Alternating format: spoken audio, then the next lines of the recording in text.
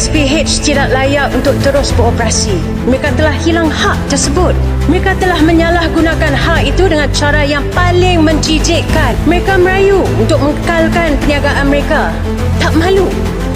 Selepas apa yang berlaku terhadap kanak-kanak yang tidak berdaya mempertahankan diri, mereka berfikir mereka boleh teruskan operasi seolah-olah tiada apa yang berlaku. Di sini saya perlu meletakkan sempadan dan juga menoktahkan semuanya. Saya ingin juga mencadangkan agar kerajaan segera mengambil alih semua aset perniagaan GISPH. Pastikan keuntungan itu tidak lagi memihak kepada para pendera. Biarkan ia digunakan untuk anak-anak yang mereka sakiti.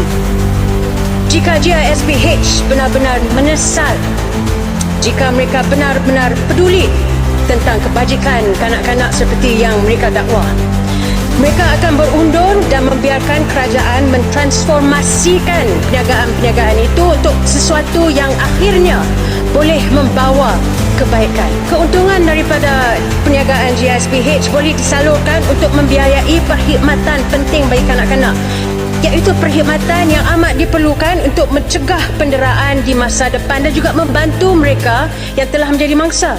Sebagai contoh, keuntungan itu boleh membiayai rumah tempat perlindungan untuk kanak-kanak yang melarikan diri daripada penderaan ataupun menyediakan akses kepada pendidikan yang berkualiti untuk kanak-kanak yang kurang nasib baik ini. Ia juga boleh menyokong perkhidmatan kaunseling psikologi dan juga program-program pemulihan trauma bagi mangsa yang teraniaya di bawah pengawasan GISPH. Kita boleh menggunakan sumber ini untuk mewujudkan pusat pelindungan kanak-kanak, tempat di mana kanak-kanak dan keluarga mereka boleh mendapatkan sokongan untuk mereka membina semula kehidupan.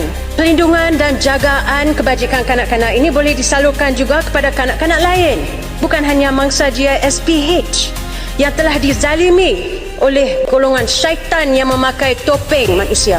Ini bukan soal balas dendam. Ini soal keadilan.